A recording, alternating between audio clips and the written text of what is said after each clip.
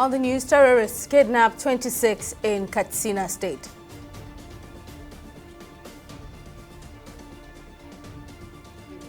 Tinubu re-elected as chairman of ECOWAS.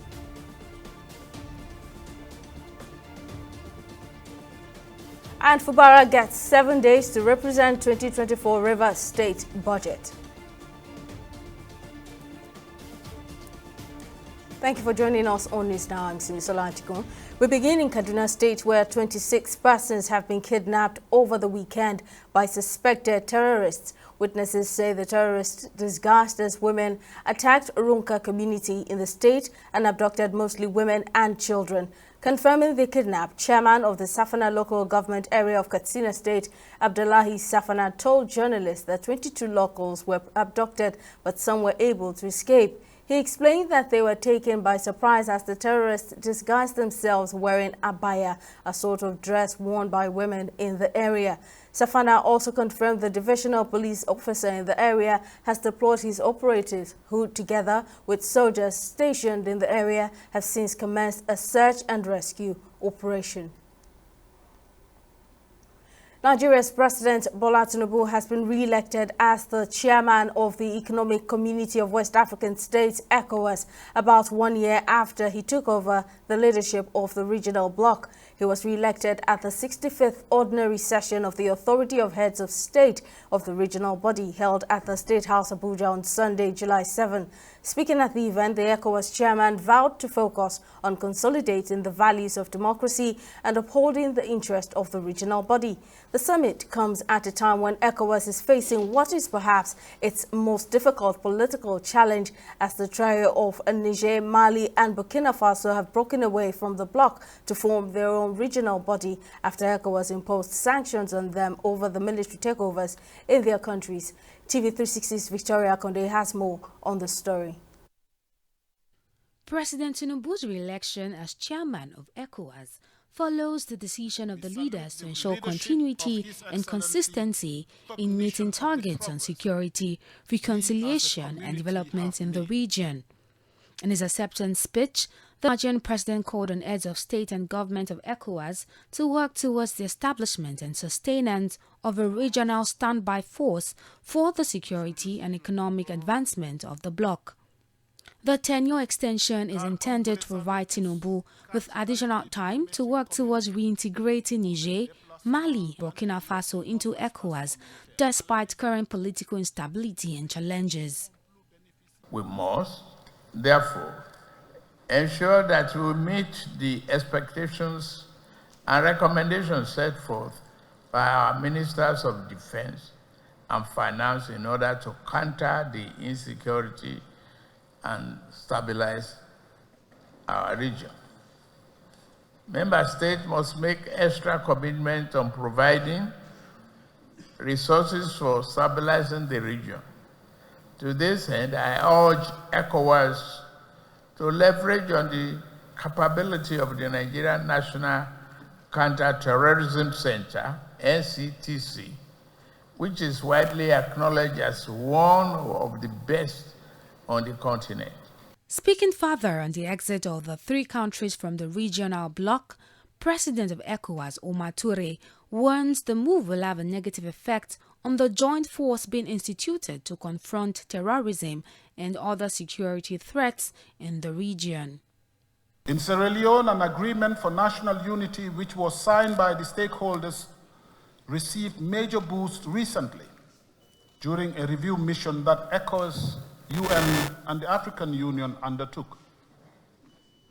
We salute the leadership of His Excellency President Julius Maada Bio and his role in the series of discussions that culminated in the resolution of various issues.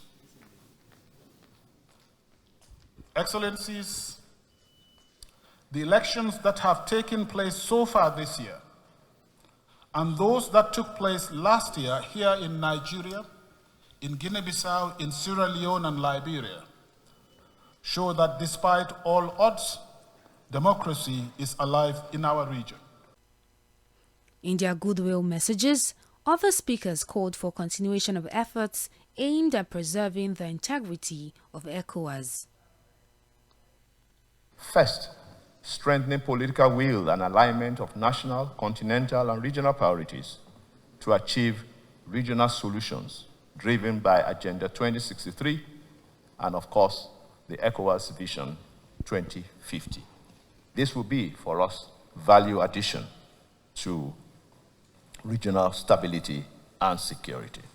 In the context of complex challenges in the sub-region, the United Nations will continue to support national and regional efforts to ensure peace and stability, enhance democracy and good governance, including through inclusive political processes and socio-economic development, with the emphasis on economic empowerment of women and youth. Member states were further urged to honor their financial obligations to enable ECOWAS to meet the expectation and recommendations of its Ministers of Defense and Finance. Victoria Akondi, TV360 Lagos.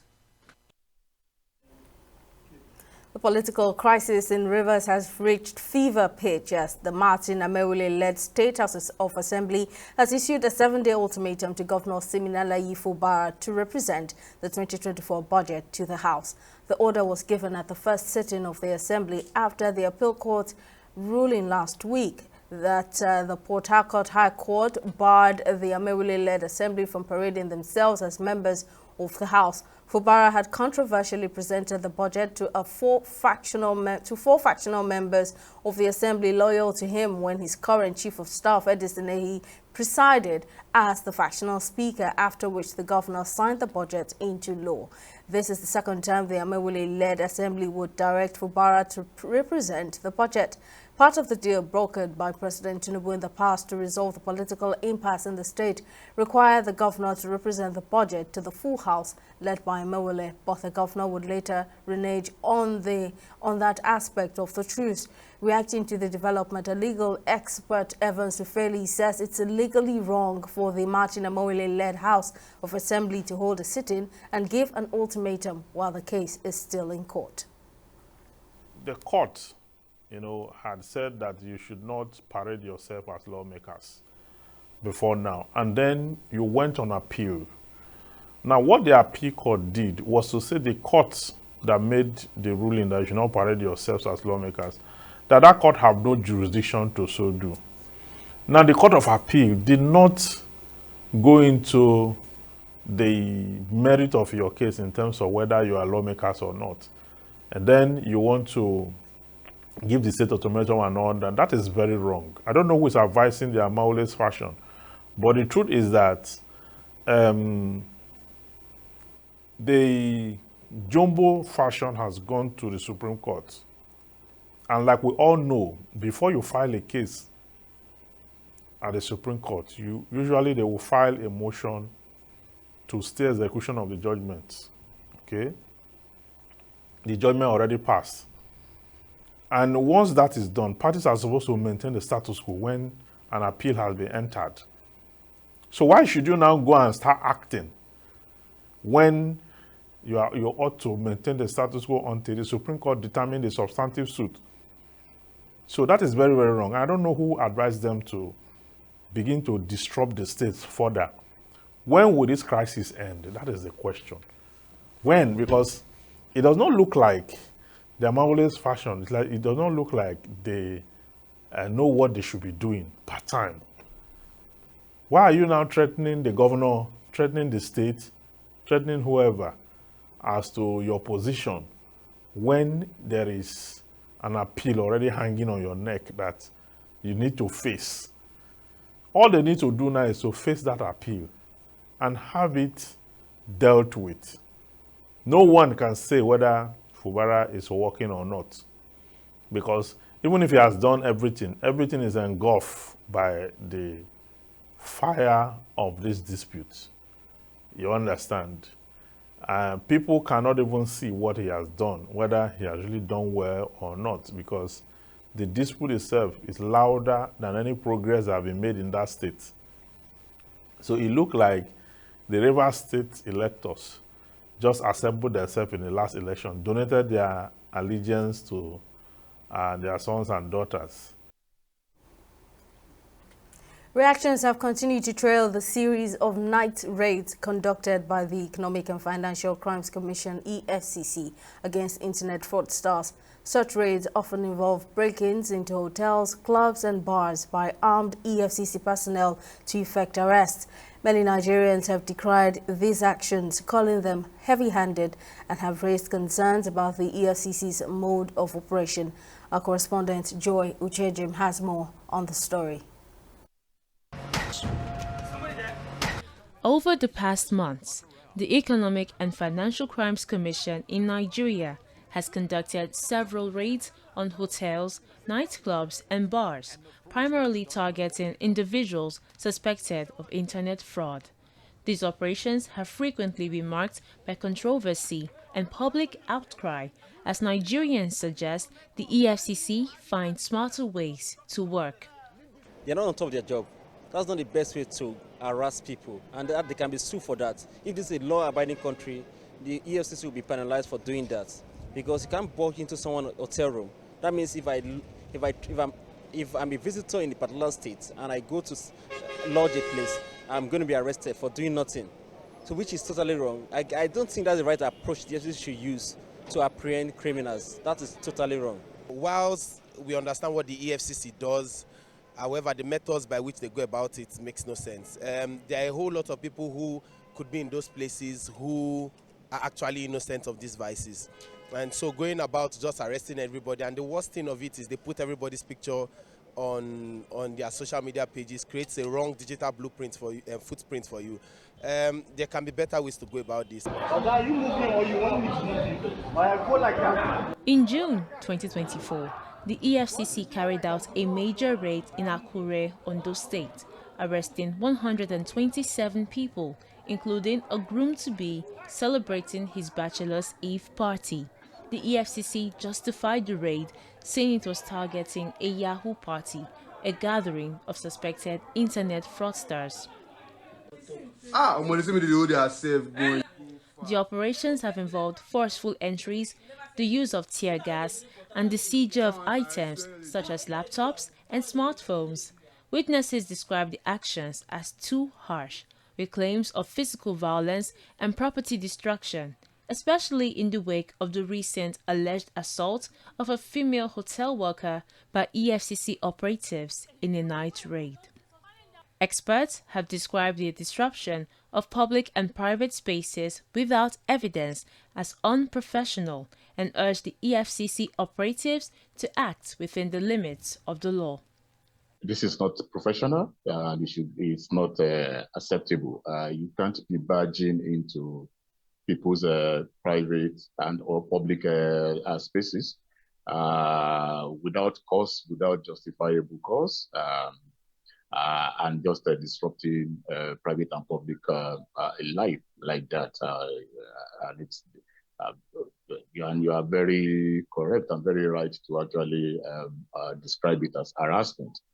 In order for you to be able to do that, one would expect that you are acting within the limits of the law. You have, for example, you would have obtained a warrant, a search warrant to enter into those premises. You would also have, even after you have done that, you would also be expected to have properly presented such a search warrant before batching into the vis-a-vis. So, but the EFCC has defended its action, saying the issue of internet fraud is not one to be handled with kid gloves. This thing you call Yahoo Yahoo, well, you might harassing all these small boys all over the place. It's not small. It's not small. 2022 alone, I'm waiting for the report of 2023. We discovered that more than 71% of Nigerian industries, companies and firms fell victim to cybercrime. More than 71% of these companies you see in Nigeria are operating. Now, which company is happy or will thrive on this kind of a thing? You want to attract foreign direct investment. The moment you come in, Yahoo boys will attack your platform. You start losing money. And you think they will stay? It's beyond what we are seeing. We are rescuing the future of Nigeria by going into this cybercrime investigation and prosecution. The head of the EFCC has said the anti-graft agency will investigate complaints of abuse against its officials and discipline anyone found culpable. Human rights activists have also said those who feel their rights were violated during such raids could seek legal redress. In a situation where innocent citizens were raided with the criminals, there are many ways the innocent can seek redress. One, to petition the authorities, EFCC. Then they have the law, the court here. They can sue the EFCC as a body for trampling on their rights. So that is the way to go. But we cannot say because innocent citizens will not be affected that the EFCC should not continue the raid. But one thing is certain in all of this. Internet fraud is a big problem in Nigeria. Curbing it will require a lot of work. Joy Uchejim, TV360, Lagos. Nigeria's anti-narcotics body, the National Drug Law Enforcement Agency, NDLEA, says its operatives have dismantled high-profile cocaine syndicates across the country. The agency says the operation, led by its Special Operations Unit, culminated in the arrest of the syndicate leaders and the seizure of large quantities of cocaine intended for export and local distribution. Tamilore Akinkwole has more details on this story. The anti-narcotics agency says the syndicate, headed by one Agwakoba John Mabdu and his wife Ijeoma Chinwe, along with their associate Okoye Ifoma Mary Jane, had been under surveillance for months before they were eventually arrested in a raid in Lagos on Wednesday, July the 3rd. The agency says the total haul of cocaine recovered from the suspect amounted to 10.1 kilograms of cocaine, valued at over 2.1 billion naira on the street. In another operation, NDLEA officials in Benue State intercepted a 350 grams consignment of cocaine at a checkpoint along Enugu Road, Otukpo, on Thursday, July the 4th. The drugs were concealed in an MP3 speaker sent as a Wilby parcel. A follow-up operation at the Flight Motor Park in Otukpo led to the arrest of the parcel owner, the 25-year-old Ode Anthony. In Kano, a youth corps member, Yusuf Abdurrahman, was arrested at the Coppers Lounge in Sumaila with 1.250 kilograms of loud on July the 3rd. Meanwhile, in Osun State, Bale Ige Babatade, head of the Akarabata community in Ile-Ife, was arrested on Friday, July the 5th, with fresh cannabis plant weighing 5 kilograms. In the Federal Capital Territory, Abuja, NDLEA operatives arrested Sanusi Maman and Hussaini Ibrahim on Saturday, July the 6th. The duo was intercepted along Abaji Gwagalanda Road with 1,132 bottles of codeine syrups, 13,540 pills of tramadol, and a lot more, which they claimed were being transported from Onitsha, Anambra State. Throughout the past weeks, NDLEA formation and commands have continued their war against drug abuse and enlightenment programs. Now, these programs include lectures and outreach in schools, communities, workplaces, and worship centers. Tamilore Akinkwole, TV360, Lagos. We'll take a break here, but coming up, Kenyan cult leader Paul Mackenzie faces terrorism charges for mass starvation deaths. We'll have details when News Now returns.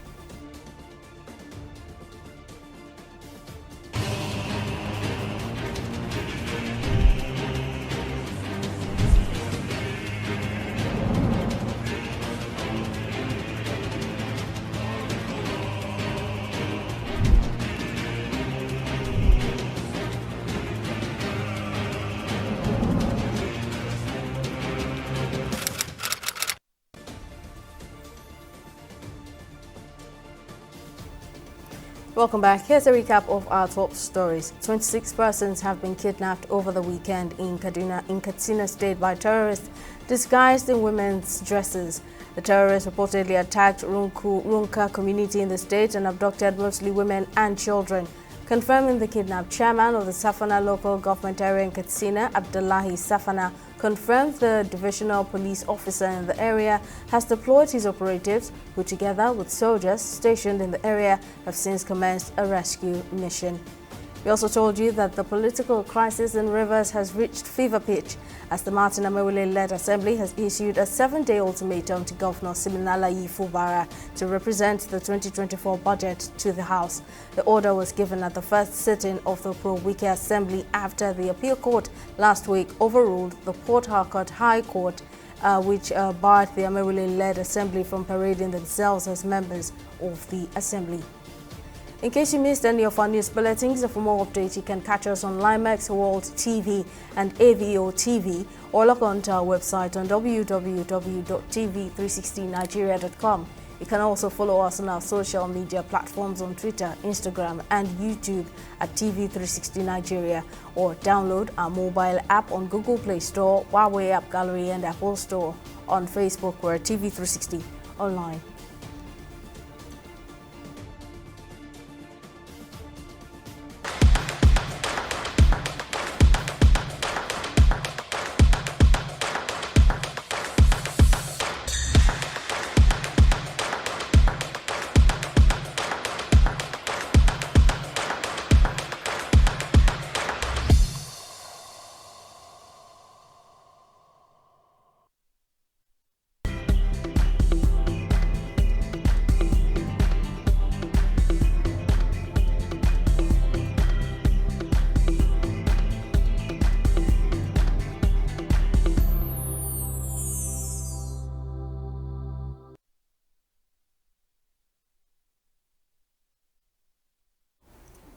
For more stories in the world of business, let's join Joy Uchejim for details.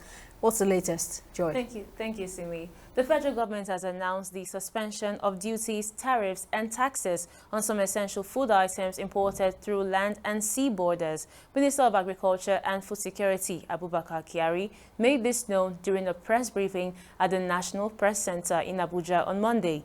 Kyari disclosed that the listed food items, which include maize, wheat, husked brown rice, and cowpeas, will enjoy a 150-day duty-free import window. He added that the move is part of the Presidential Accelerated Stabilization and Advancement Plan, which is aimed at achieving food security and economic stability in the country. We'll take a short break and be back with stock market reports.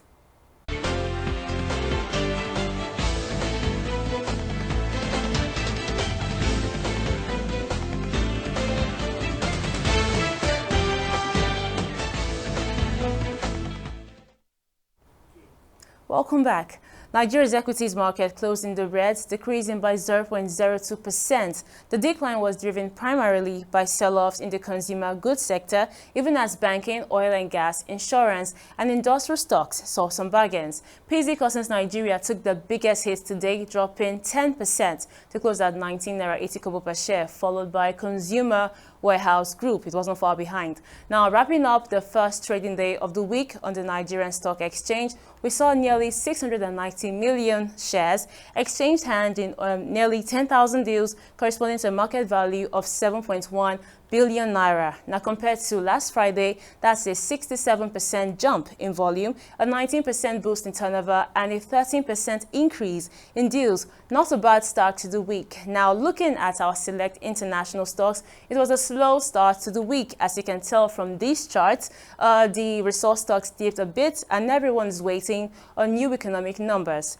Now, switching gears to the forex scene, the naira took another dip, now trading at 1,530 naira to a dollar on the black market, compared to 1,525 naira on Friday. The British pounds are going for 1,950 naira, and the euros are at 1,640 naira on the black market. That's up our business and stock market updates. Now back to you, Simi, for the rest of the news. Thank you very much, Joy. And on the foreign scene, the leader of a Kenyan doomsday cult, Paul Mackenzie, has been tried on Monday on charges of terrorism over the deaths of more than 400 of his followers in a macabre case that shocked the world. The self-proclaimed pastor appeared in a courtroom in the Indian Ocean port city of Mombasa, along with 94 co-defendants. Mackenzie, who was arrested in 2023, is alleged to have incited his acolytes to starve to death in order to meet Jesus in one of the world's worst cult-related massacres. At a hearing in January, Mackenzie and his co-accused had all pleaded not guilty to the charges of terrorism. They also faced charges of murder, manslaughter, kidnapping, and child torture and cruelty in separate cases. Well, up next is Entertainment Report on News Now.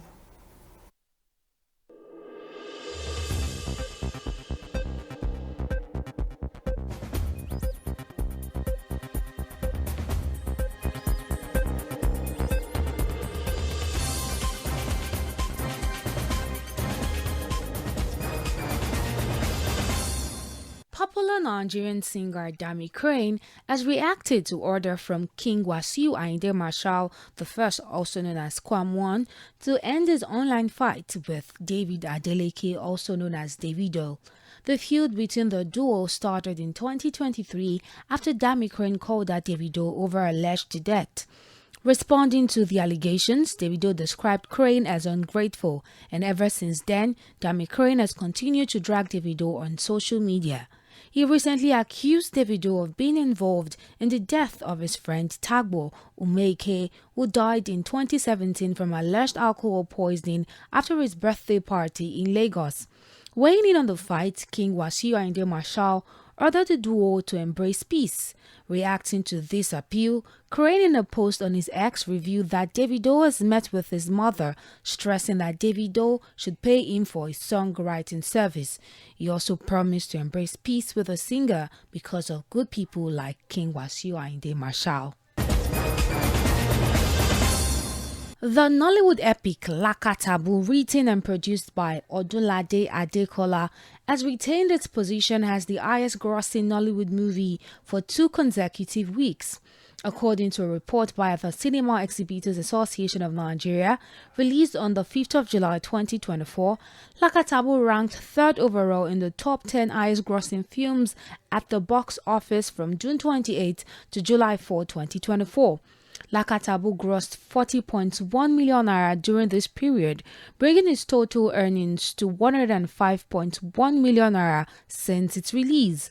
The film features a star-studded cast including Oga Bello, Aderinyoye Babatunde, Aduni Ade, Bolale Ninolowo, Eniola Ajao, and Yomi Fasholanso. That's it on Entertainment Reports on News Now. Victoria Akonde, TV360 Lagos.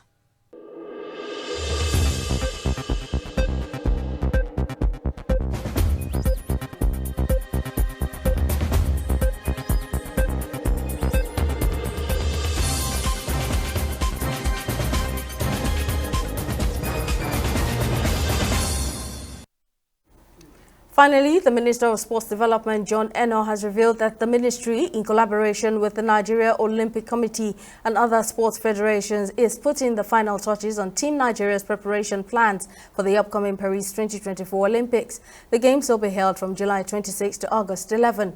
In a statement signed by his special advisor on media, the minister highlighted the extensive efforts being made to ensure Team Nigeria is well prepared to compete for honors at the prestigious global event. Eno emphasized the importance of pre-Olympic campaign for athletes to achieve focus, fine-tuning, and a serene environment devoid of distractions. Meanwhile, Nigeria Super Falcons have started preparations for their first appearance at the Women's Olympic Football Tournament in 16 years, as their camp has come alive with most of the invited players in camp. The 9-time African champions who last played in the Women's Football Olympics Tournament in China in 2008 will take on reigning Olympics champions Canada in a training match in Sevilla on Wednesday. Nigeria's best outing so far at the Women's Olympic Football Tournament was in Athens 20 years ago, where the Super Falcons finished in 6th place after exiting the tournament in the quarterfinals. Well, that's all on News Now. Thank you very much for watching. We'll see you again next time. Bye for now.